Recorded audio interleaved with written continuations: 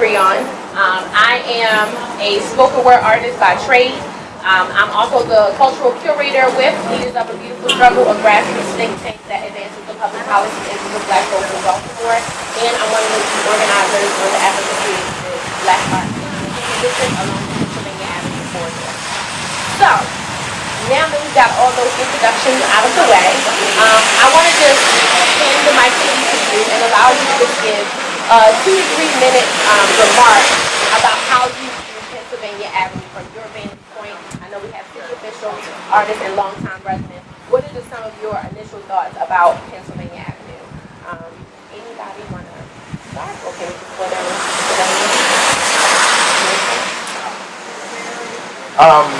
How have you Pennsylvania Avenue?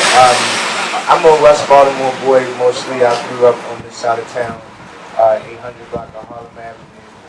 And for me, Pennsylvania Avenue was growing up, of course, Shaking Bake being there is a huge part of my childhood. Shopping, Upton, or it's now Avenue Market. I remember when there were a lot more stalls in there. There were a lot more things to eat there. There were more places to shop in Pennsylvania Avenue. And this was in the 90s. So to see the decline from there, but then to also know that there was a decline even before that, to know, to learn my history about, the thriving arts and entertainment that was going on here back in the day. I think that it's a prime place to bring that kind of energy. I just think it's an awesome place, regardless of the ills that it's been hit by. There's still so many gems that exist right here in this neighborhood, so I'm excited to watch what happens. My name is Kelsey Sean Bowler. I'm a member of for 20 years. I live about 4 blocks away from as a young kid. I used to come out out downtown, for Black people downtown. Downtown. We did all that market, afternoon, everything on Pennsylvania Avenue. A lot of Black businesses was on Pennsylvania Avenue.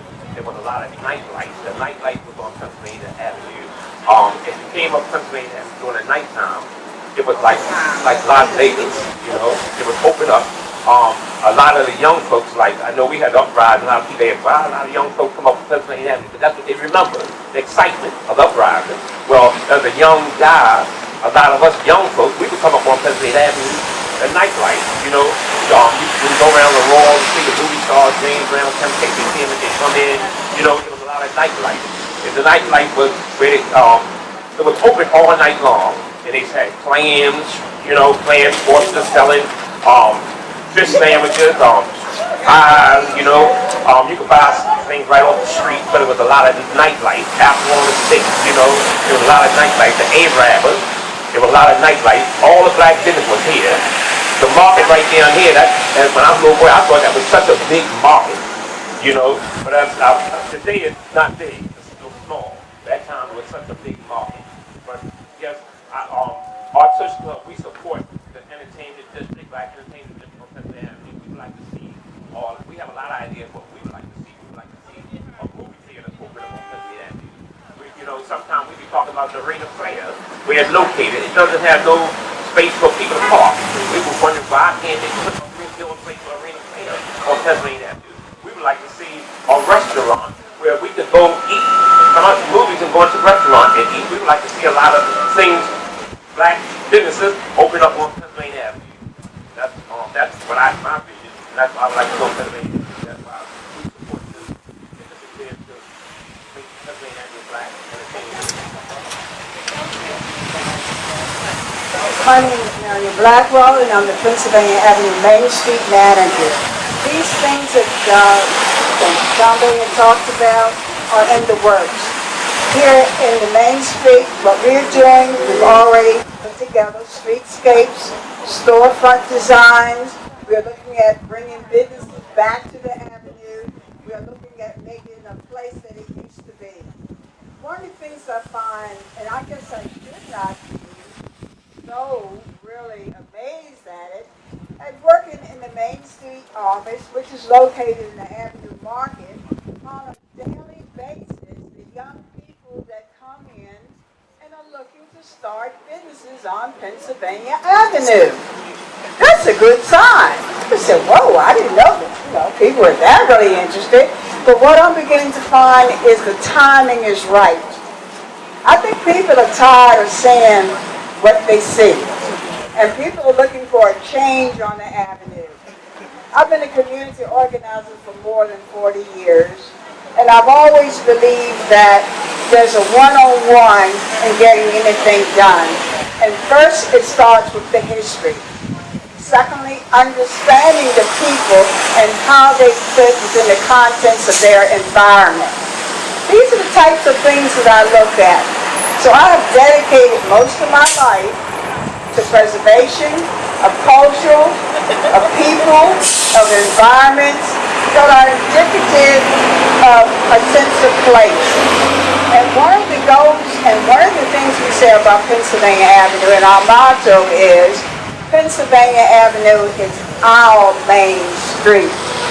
So be assured that as long as Marion Blackwell is working on Main Street, I will do the best that I can, and I am committed to see that Pennsylvania Avenue will have a bright future.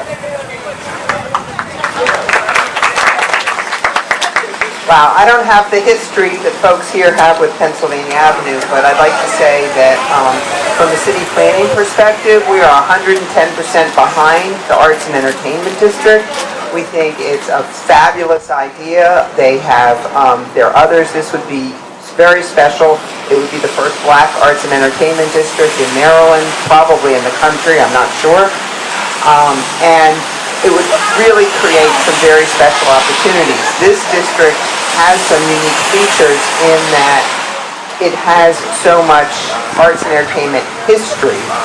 Not artists moved here later. This is it's grassroots here. It's always been here.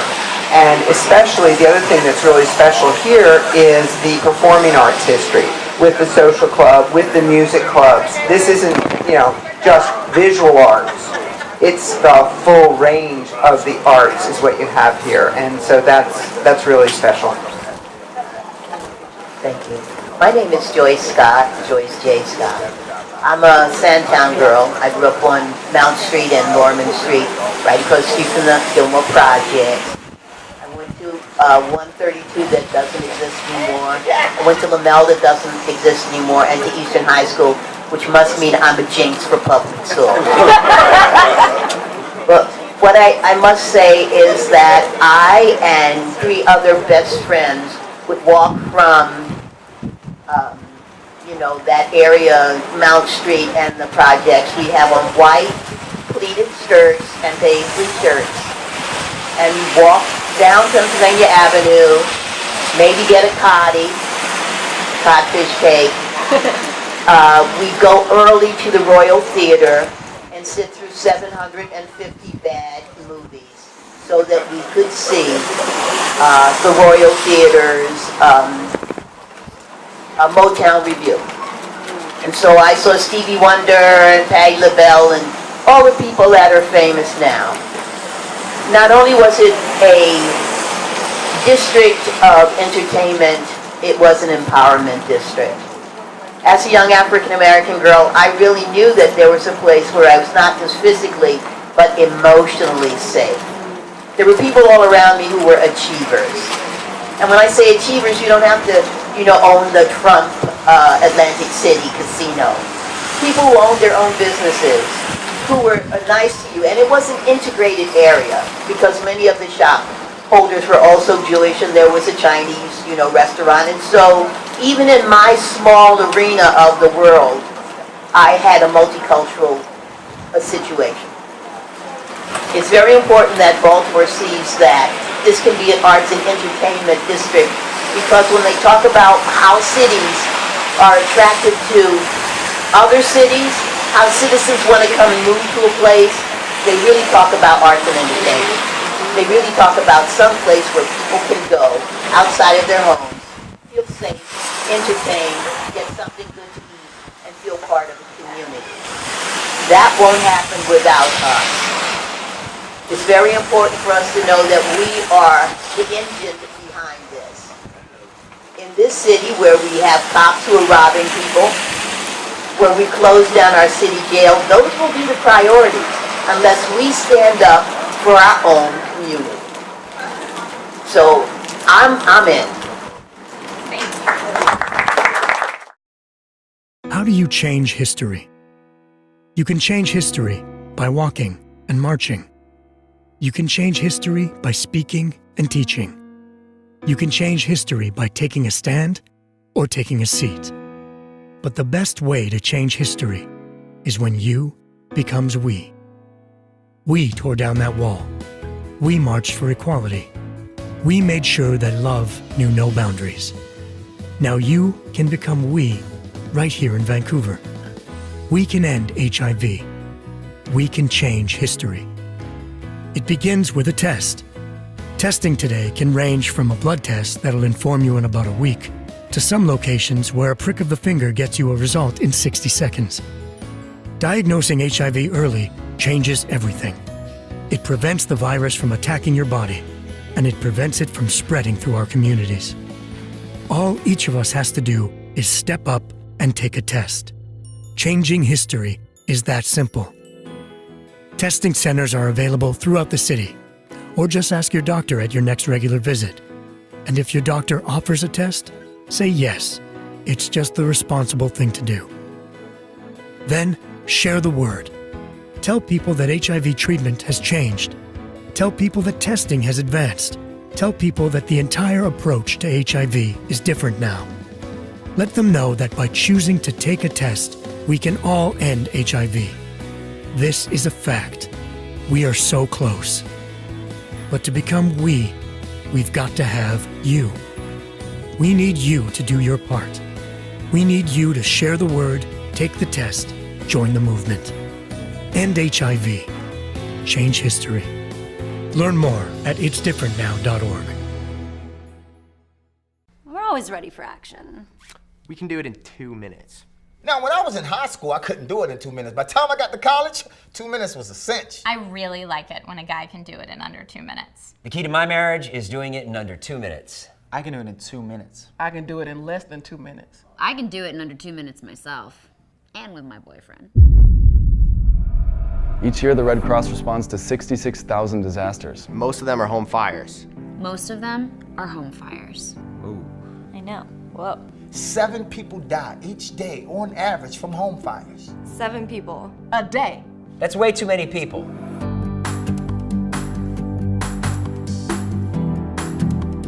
You can save your life and your family's life. Make an escape plan. Make an escape plan. Make an escape plan. It's critical that everyone can get out in under 2 minutes. I can get from my bedroom to my front door in less than 2 minutes.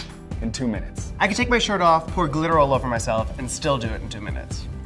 Called my mom the other day, told her I did it in under 2 minutes. She was so proud. 1.5. What? There's no way. Yeah. Check your smoke alarms monthly to make sure they're working properly. Smoke alarms cut your risk of death or injury in half. Half. It's 50%. This little guy, cutting it in half. And if it's beeping at you, don't rip it out of the wall. Give it a battery, you know? Make it happy so it can help you get out of the house in time. Make sure to visit redcross.org/2steps, 2 minutes. 2 steps. 2 minutes. 2 steps, 2 minutes. Visit the link below to find out more. Wherever it is. Not there. Right here.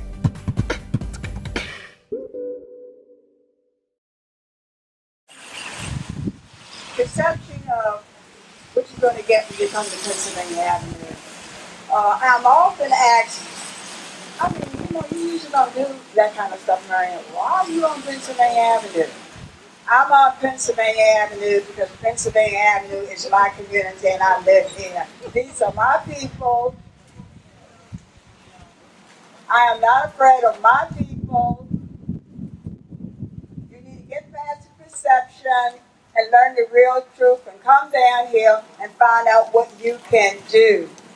You can't stand afar and say, well, I don't want to go there. Some of the most honest, down-to-earth, real-life people are here. And I know because they come in my office and we sit down and have conversation.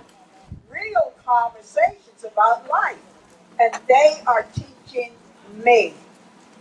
There's always a lesson to be learned from everyone on the street. And all of us, good or bad, not understanding each other, trying not to understand each other, need to work together. The perception, this negative perception has got to go. That's old news. That's old news. But one of the biggest things is the perception of the community. And this is a community. So that's the biggest thing I find. Well, of course, it's capital as well. Capital doesn't come here. It's important that we make sure that capital comes to our community. And it's only going to come to our community if we speak up and we demand it.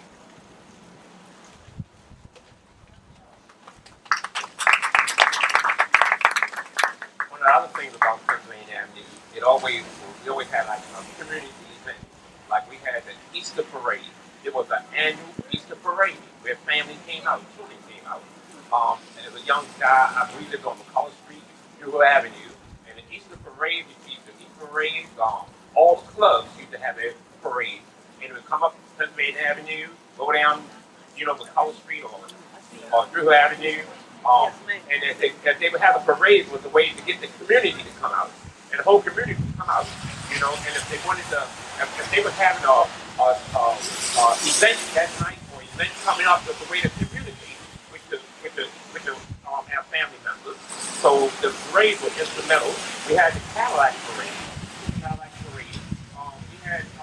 We always had all the houses, the kids from the houses, the majorette, the drums, all that was a whole part of our community.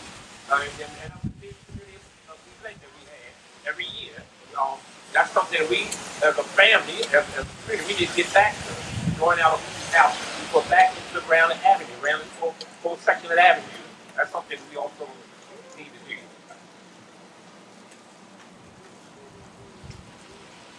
I think I agree with both of them said. I also think that the big challenge is just going to be ownership. Basically, we have to buy property. We have to buy the storefronts. We have to buy the lots. We have to own these buildings, or else, it could be a black arts and entertainment district for a little while. But, case in point, what would happen with Shake and Bake. A lot of people don't know, and I learned this when I did the story on Shake and Bake, is that, Glenn, the Shake and Bake Dowdy, Colts player, bought the building or, raised money to build the building and got to a point where he couldn't afford it anymore, so the city bought it from him. And so for like a few decades now, the city has owned Shake and Bake, which, it's worked out well, luckily, but we know, we never know who's in office. If the city owns a building, it's up to what their agenda is or what they want to do with the building. So I think that's, for me, looking at it, that's the big challenge that I see is ownership, making sure we own the land up and down Pennsylvania. Just to add on to that, I think all very important. Recognizing one of the successes of Arts and Entertainment District is marketing. That's what it's really good at, is marketing your community. And so I would say not only for the businesses and buying the buildings for the businesses, it's getting people to live here, right? People have got to come back. Your friends, whatever it is, people, that perception that Blackwell was talking about is causing people to not live here. So whether it's, starting out as a renter, becoming a homeowner, whatever it takes, you got to build the population of residents here. You've got all the bones. People want to come back to cities. We're there, right? Young people, they don't want the car expenses. They don't want the mall. That's done, right? So they got to come back here and, get that starter house and fix it up and, make those moves. And that's where you'll see a difference, because then you have people here committed to the business businesses, you gotta get customers for all her businesses, so it's a cycle. Okay, Baba Tashame, this is a question for you. You alluded a lot to, the past of Pennsylvania Avenue. And so my question for you is, if you could revive one institution from years ago on Pennsylvania Avenue, what institution would that be and why? I can revive one. It would most likely be the Royal Theater, or the Royal Theater was historic to black people, historic all over the United States. Everybody came to the youth, whether it was in entertainment or anything, sports, anything, they always came to Baltimore. But we had a lot of events at the Royal Theater, and that's where all the movie stars, the actors, musicians, everybody came to the Royal Theater. So that was something that we all supported, the Royal Theater. And I would definitely love to see the Royal Theater come back. Rebuild the Royal Theater, something I would definitely love to see.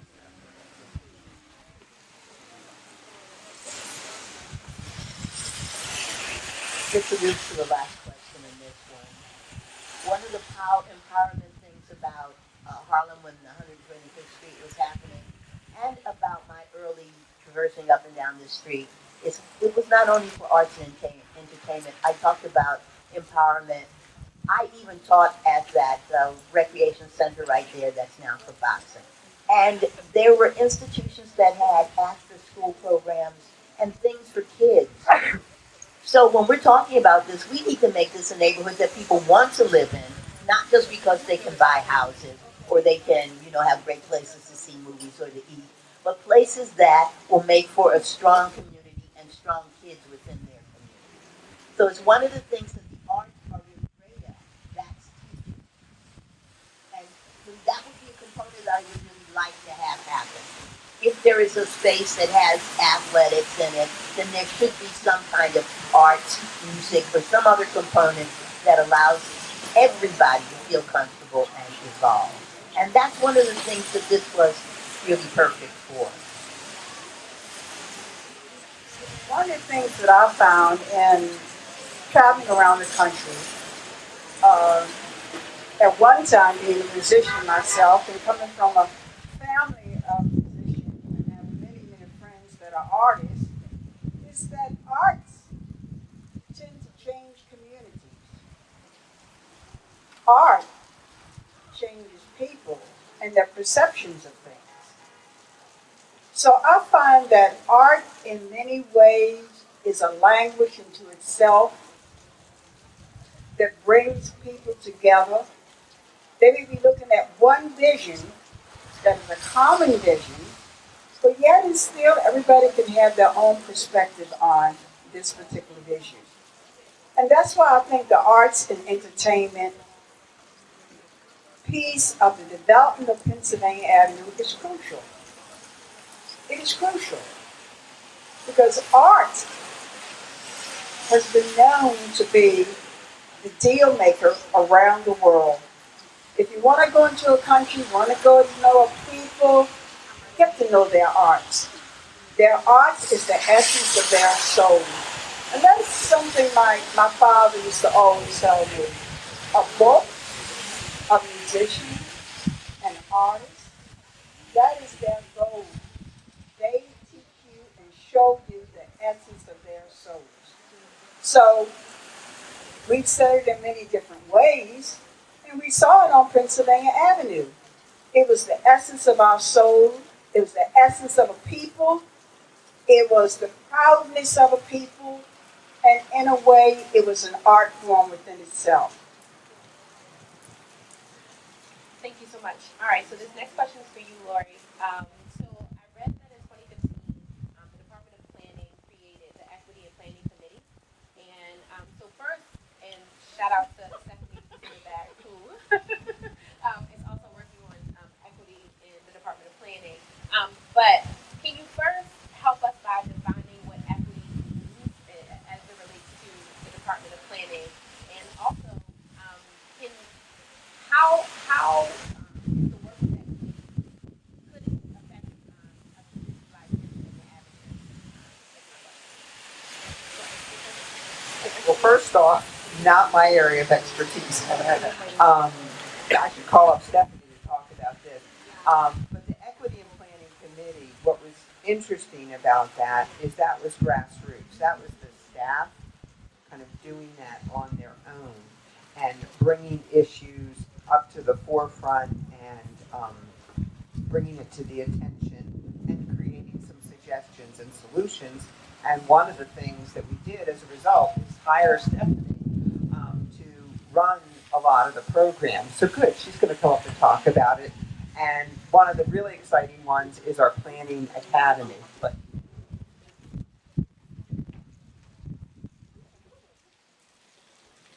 good afternoon. Hi. My name is Stephanie Smith, and I'm an Assistant Director for Equity, Engagement, and Communications at the Department of Planning. And as Lori mentioned, this is a weird situation where the staff,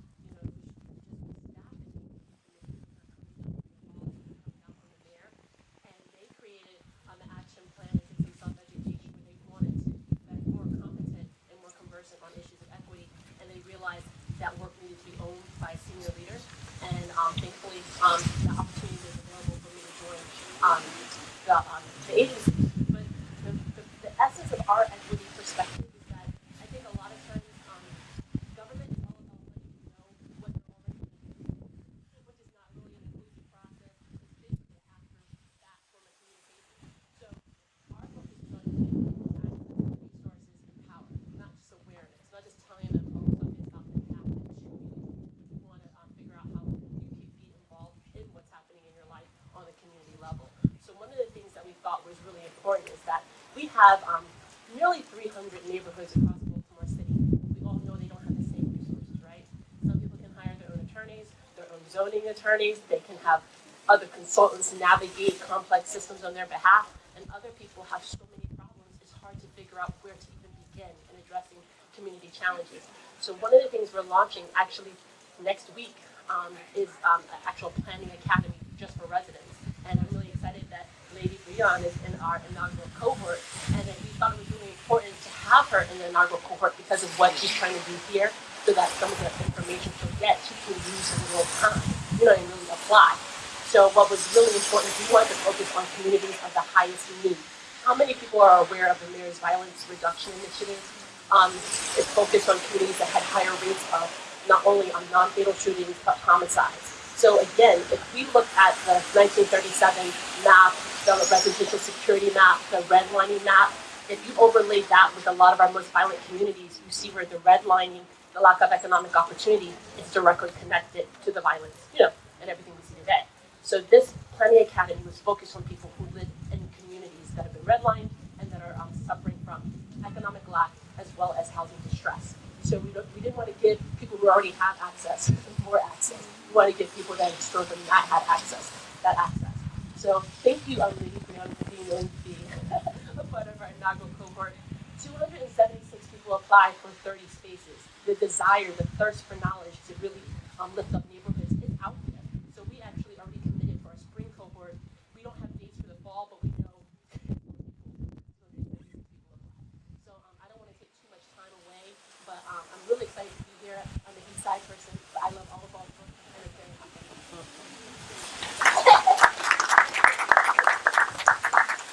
Thank you so much, Stephanie. All right, so after this last question, I want to turn it over for folks to, I'll hand the mic to the audience, and you can ask some questions to the panel. So this question is for you, Ms. Joyce, and Easy. As artists in Baltimore, I'm wondering if you could talk a bit about the landscape of arts and entertainment in Baltimore from your perspective. I know, Easy, you're a rapper slash reporter slash whole bunch of stuff in the community, and Ms. Joyce as a visual artist. I'm wondering I'm wondering how you would describe arts and entertainment in Baltimore, that landscape. Thank you. I'm going to give you a couple of my swag because you can't have all this stuff. No, I'm proud of mine, and I think you should be proud of yours because I really evolved right out of my community. And one of the things that I second is not being afraid of your own folks. I I live right around the corner from North and Pennsylvania. The uprising was right past my street. I could see the policemen, I could see the preachers in a circle, and they used the fire hydrant on my block as one of the fire hydrants to put out the CVS. But during that whole time, I was much more frightened for those people who were walking up and down the street than for myself, because I'm not scared of us. When you talked about the arts, let me say that when I say I'm a round-the-way girl from Sandtown, my parents were sharecroppers from North and South Carolina.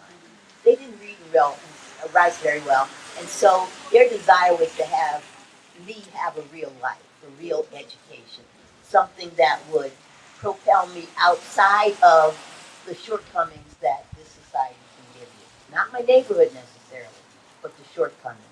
So I've been very blessed to go to schools, to travel the world, and in 17 I became a MacArthur Fellow. What that means is that I am someone who has been recognized as a representative for the arts internationally. What does that mean? That's not me talking about my slash and blowing my horn, although I just did it. It says that little round-the-way girl from across the street from the projects or from Pennsylvania Avenue has the real possibility of having a fruitful and wonderful life. And part of the reason that happened is because of the arts, because of my input in the community and the community's support of me. The arts are important because I've already said they're educational vehicles, but also because they are beacons of hope. They are how people express their deepest of feelings and how they share and give those things to others. We're in a time now of spoken word where people can spit at you and tell you exactly what they're thinking. Visual artists, painters, and sculptors, I'm a sculptress, do the same thing. And these are of such great import because this is how we were raised. This is how slaves freed themselves. The first thing they did was open a church with a school. So they sang on Sunday, and they learned how to read on Wednesday night when we had the Bible study. Very important to have the arts because everybody else got them. How come we can't have it? I have a studio on North Avenue in the Motor House. That street is important to me because when I was very young, my mother could go to those stores as an African American woman and buy clothing in places that she couldn't, even some places that were harder, right here on Pennsylvania Ave. So I want to support that area, but that doesn't mean I don't have faith in this area. It means we have to be people who go to the polls and vote. Come on. It means we have to be members of our community who come out on a rainy day and not only listen, but then become proactive when we're in our community. That's right. And a really great way to do it is through the arts. When you're talking about the Easter parade and all those other things, we can always have, pledges for schools and for a voting booth and all the other stuff that we need to support it. Because the arts can be a catalyst for that. Because everybody gonna come when you got, food and everything. We'll be making music and dancing. That James Brown song, which one was that you played? You played the James Brown song, then you back here? No, you, weren't you? Yeah. Oh, what was that? Sorry. What was it? It was the funky drummer. That bass tore that song up so much, even my arthritic knee was hurt. I'm sorry. But it's really important to use the equipment that we have and know that we're worthy of everything else that everybody else has. And if one of our tools is as the arts, we ought to use it. And it's one of the strengths within our community. As a stereotype, we've always been connected to it. So instead of being abused by that stereotype, why don't we use it for empowerment? Why aren't we the ones who are using it for that empowerment? Because certainly North Avenue has it, and I believe in North Avenue, but remember, that's an area that's always had trouble with drugs and prostitution. If that area can be lifted up from it, then why can't we?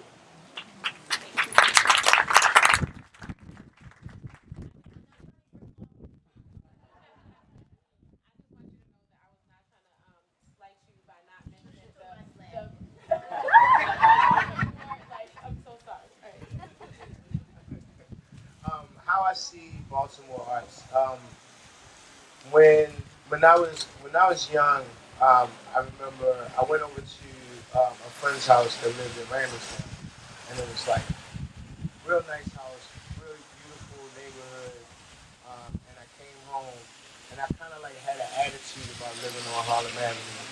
And and I remember my mother said, "It's not where you live, it's how you live." And from there, she started to show me all of the things that she was exposing me to. On Saturdays, we used to have a program at Baltimore City College called Super Saturday. And that was an arts program that you went to, whatever area your prospective area, you went to the city on Saturdays, and for like four hours you worked, in your field. And that prepared me to go to the Baltimore School for the Arts. My man Ryan Dorsey, Councilman Ryan Dorsey, went to the Baltimore School for the Arts. And there I met the diversity of Baltimore's arts. There's like you can be in Baltimore and travel miles, hundreds, thousands of miles without going anywhere. If you're just moving through Baltimore artists, we talk about artists. What's this fascination that we have with artists? Why do we care? Why is it so important that art strives? Why do we go and support artists? Well, the job of an artist is to articulate the human experience, right? There's a painting that you saw that gives you a glimpse of the world that you have. There's a song that you love because it tells a story that relates to you, that articulates something for you that you otherwise wouldn't have been able to articulate. I don't know too many cities better than Baltimore where the artists articulate the human experience. We have had some of the greatest minds and still have some of the greatest minds coming out of this city. Looking at Aaron Postel, who does amazing work with charcoal. You know what I mean? You look at some of these pieces that she had. That's like you would think she did it with pen and ink or a pencil, but it's charcoal. You had TT Artist, who is now starting a label that's all women. And moving between California and Baltimore. Drew Hill, one of the best R&B groups of all times. Fight me if you disagree. Kareem mentioned Billie Holiday and Cab Calloway. Down to even Take Cobain and Van Hunter Izzy. And we have so many awesome artists because this city is no joke. You know what I mean? You don't get more realer than Baltimore. You know what I'm saying? And somebody talked about the city. I always say this is a city full of pit bulls. You know what I mean? If you're ever around pit bulls, it's your fear and your funny actingness towards them that makes them wild out on you. You know what I mean? But when you just come at them, come on, boy, what's up? What's going on? It's been said up here a couple times. You cannot be afraid of your own people. It's just a city full of pit bulls. And once you show them that you're not scared, you show them that you're there for them, that you got their back, they got your back 110%. And it's the same way in the arts community. And I'm like super proud to be a part of it.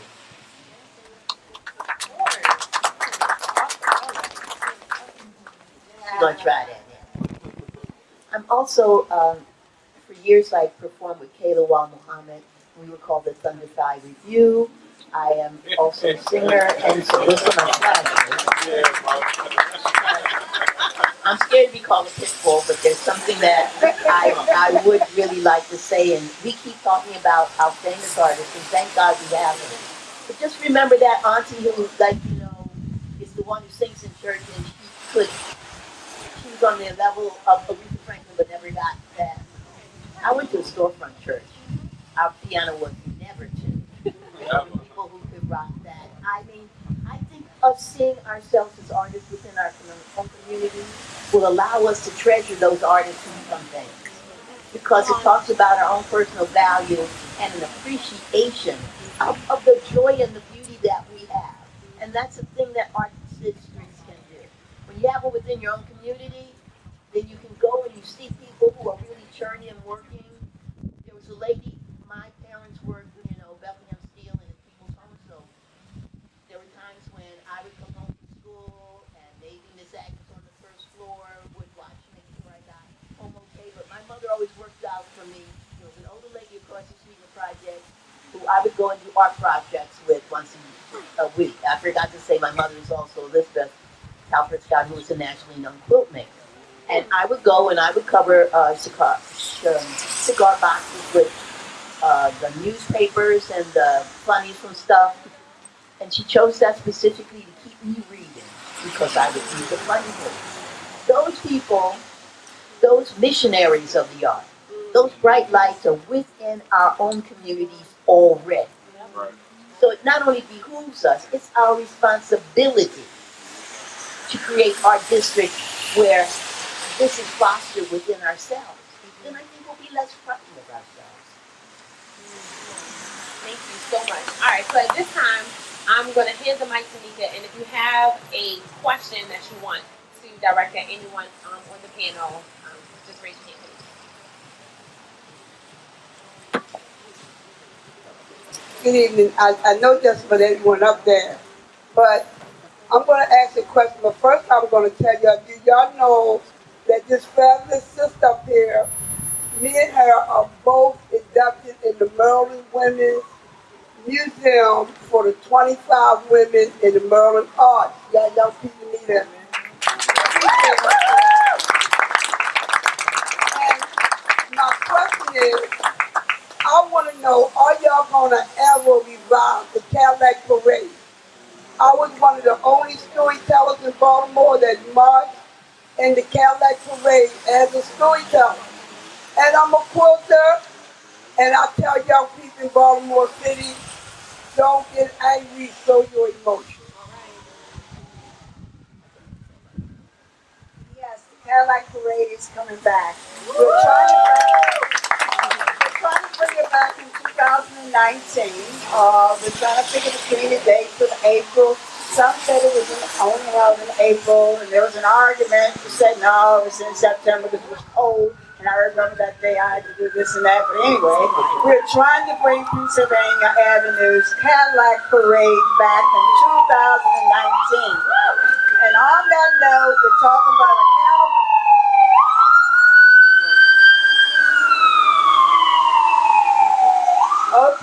accountability, responsibility, and we have over a number of months request volunteers. We are looking for a committee just to set up and work along with the community. We consider every community person a stakeholder in Main Street. So we will be doing the Cadillac Parade. I would say in October, we will start our committees and putting them together. And the biggest event and the biggest question is always the moolah, the money. So we have to have fundraisers. We have to have sponsors to pull this thing off. We are also looking for historians, unique people, community icons, and everyone who has something to offer for the Cadillac Parade. We don't want just to have the parade. We want to have something after the parade. We're looking for pictures. We don't want your original pictures. We would like documentations and stories and histories and family talking about what it was like and if in fact they were a part of the Cadillac Parade.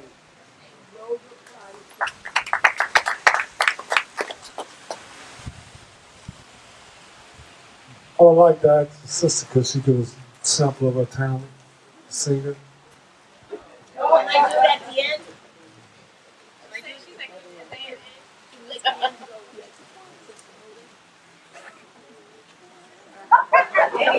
Any other questions?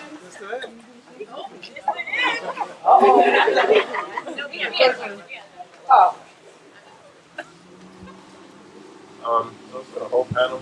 So you were talking about perception of black women. And perception is very important regardless of what you're looking at in life. But how do you plan to counter the perception that already exists? And there's plenty of people, like you said, don't turn the whole people off the head. We all have our own stereotypes about people that we grew up in the community. You know, we know how bad we can get, but we know also how good we can get. How can you then continue to move forward without addressing that? Everything takes time. And I know I see it growing, but I can also see how quickly we turn back around.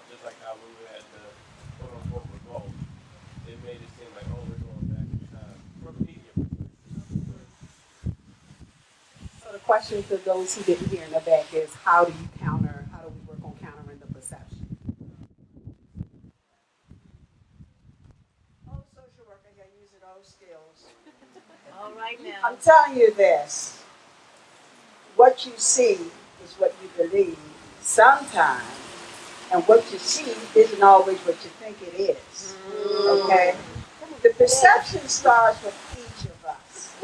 How do we contribute to the perception of our environment and anything around us? We have got to be accountable. We have got to be responsible. We have got to take ownership. We have got to come back. We have got to be not afraid to come to Pennsylvania Avenue. We have got to start businesses. We have got to let people understand that we have one of the most dynamic cultures on the face of this earth. There ain't nothing that we do that don't fly. So perception is something that is truly in the mind and that can't be changed in an instant. One of the things I learned, I used to be an antique dealer. I did my things in life.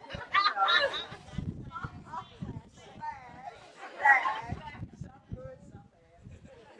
Some I don't want to talk about. But at any rate, one of the things I learned is you got to know how to sell it. You got to know how to market it. If you put out that good spin long enough, it's going to catch on. It's going to catch on.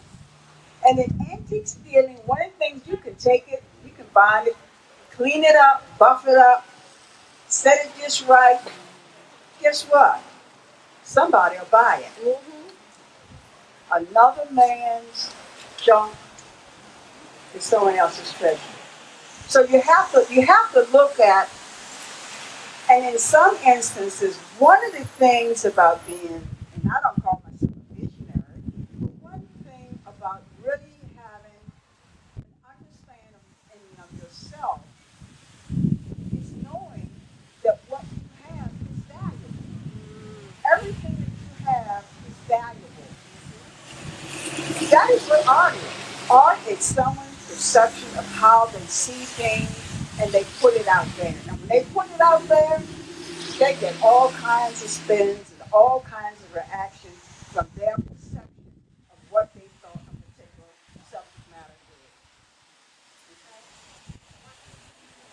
is. And just to follow up on that, I think one of the things that you've got going here with the Main Street, you had your plan, the Pennsylvania Avenue plan in 2015 that looked at that, recommended supporting the arts, and you've got pieces with, you have folks there selling houses, stuff like that. So it's got to be that triangulation, pulling all those efforts together.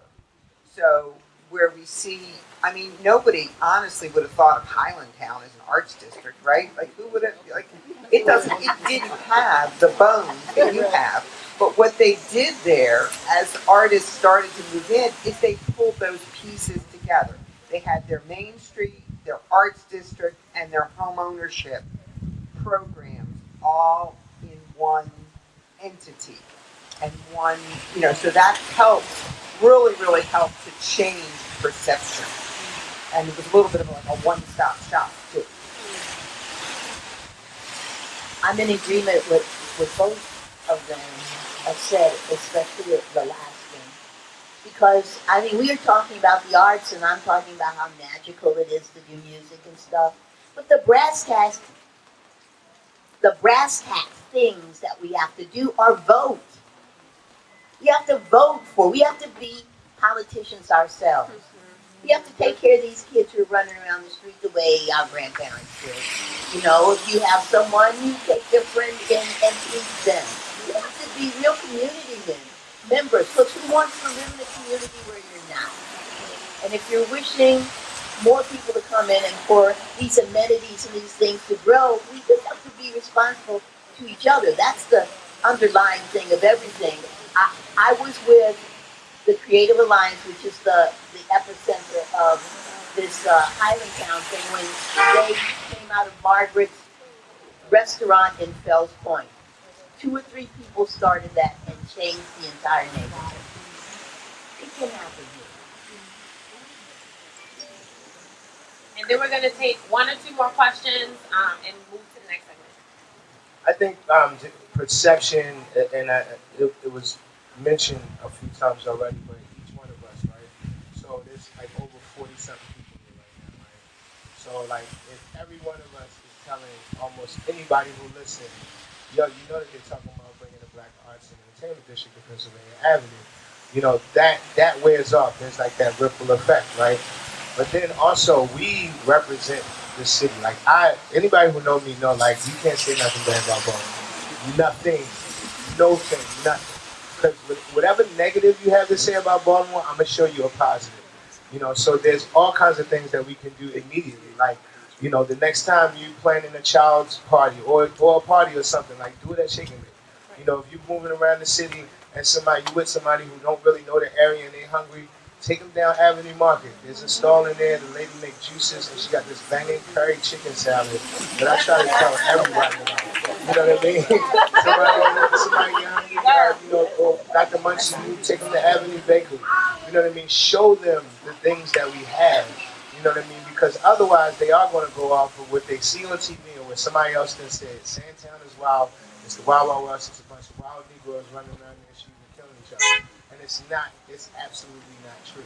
So. I just want to second it. If you're going to juice it in the Avenue Market, you should get you a peach mango smoothie.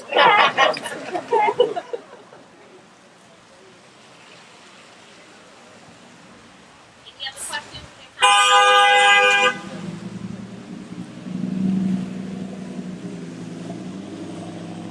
There's a lot of stereotypes of, some of our people, and what we as a people need to do is live in our community. A lot of times we leave our community, but if we want to build our community up, we have to, buy into our community, live in our community, but because over the years, what begin to happen, a lot of our folks begin to move outside of our community, and that had a devastating effect on our community. So a lot of our people, we need to start buying our community, buying houses, and open up businesses in our community, all around this avenue. That's what we need to do. Back in the day, like I just want to tell you a little bit about our church club. We founded in 1905. We go straight down Pennsylvania Avenue where the market is, right behind the post office. That's where our church started.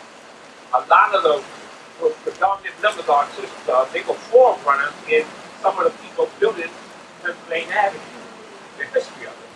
A lot like a guy named Tom Smith.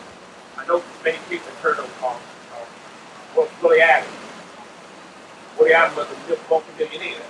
But Willie Adams he was a number runner. But Tom Smith was one of the ones that he first from. He was the biggest man. Tom Smith was the biggest man. But Tom Smith had anybody at that time, you couldn't go to a black night. But you could go to the number runner man. He was the man that you just wanted to open up any businesses, big churches, everything. We have a lot of people in our community. We had doctors, lawyers, all around this avenue. The teachers, the preachers, all around New Avenue for policy. All around here where we just went to our own community. So we need to come back into the community and start building.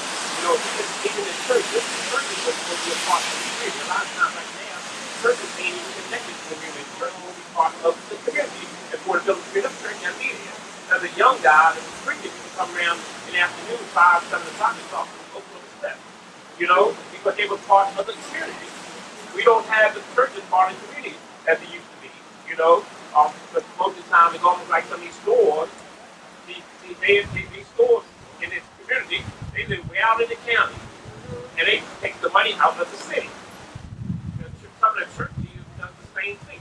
Even the church leaders are scared of our people. Even they scared our people, and they're not supposed to be scared of because they think we are nobody except God. But they're scared of their own people. And the thing about a lot of our religious leaders, a real religious leader is never rich. He's never rich. They don't have the kind of cars and big houses. You know, Martin Luther King wasn't rich. Malcolm wasn't rich. You know, the real religion is not rich. The real religion is stays in the spirit. Still in the community. But we need our leaders to stand out here. Each one of us. So at this point, I want to start with Evie and go down. If you want to make any final remarks, as we close the panel, and we come in with Ms. Joyce, so just in case she want to give y'all a little swap, she is welcome to do that. Okay. All right. I just want to say, we just, as far as this initiative is concerned, I just hope that we can all just pay attention to it. Like I said, continue to uplift things, the positive things that are going on. Jubilee Arts is right here. If you don't already know, they do a lot of amazing work. And just like, everybody play your part. Like, that's really it. I had a mentor that used to say, the way you change the world is you clean up your corner, right? So if my corner is sparkling, and my man over here to the left, his corner is looking raggedy, he's going to feel bad. He start cleaning up his corner. Across the street, they see both our corners looking clean, and they start cleaning up theirs. So let's just continue to clean up our corners.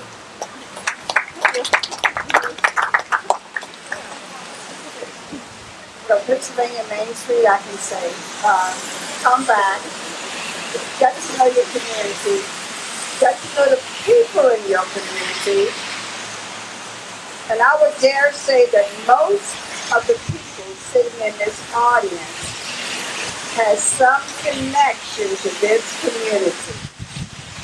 This is where we live. This is our avenue. This is our culture. Perhaps it is time that we think in terms of bringing the arts, the entertainment, and the culture of our people back to Pennsylvania Avenue. All right. Keep it up. Keep working together on this. It's such a great grassroots effort. I'd say buy local, make local, be local. Yes. Live near your work. You got it all here. I've already said 4,000 things. I would like to say that this weather is the worst for me singing. So if I sound like a frog, you may speak to that young man. Yeah. But I think this song, which was made famous by Sam Cooke, represents something in our community. I was born by the river in a little town, and just like that river I've been running ever since. It's been a long time coming, and I'm sure change is gotta come. It's been too hard living, but I'm afraid to die. I might not be if I knew what was beyond the sky. It's been a long time coming, but I'm sure change is gotta come. Yeah. I went to my brother. I said, help me, brother, please. He said, I'd like to, sister, but I'm not able. And when I looked around, I was right back down on my bended knees. Oh. The times are rough. Times are tough, but right now, somehow, I believe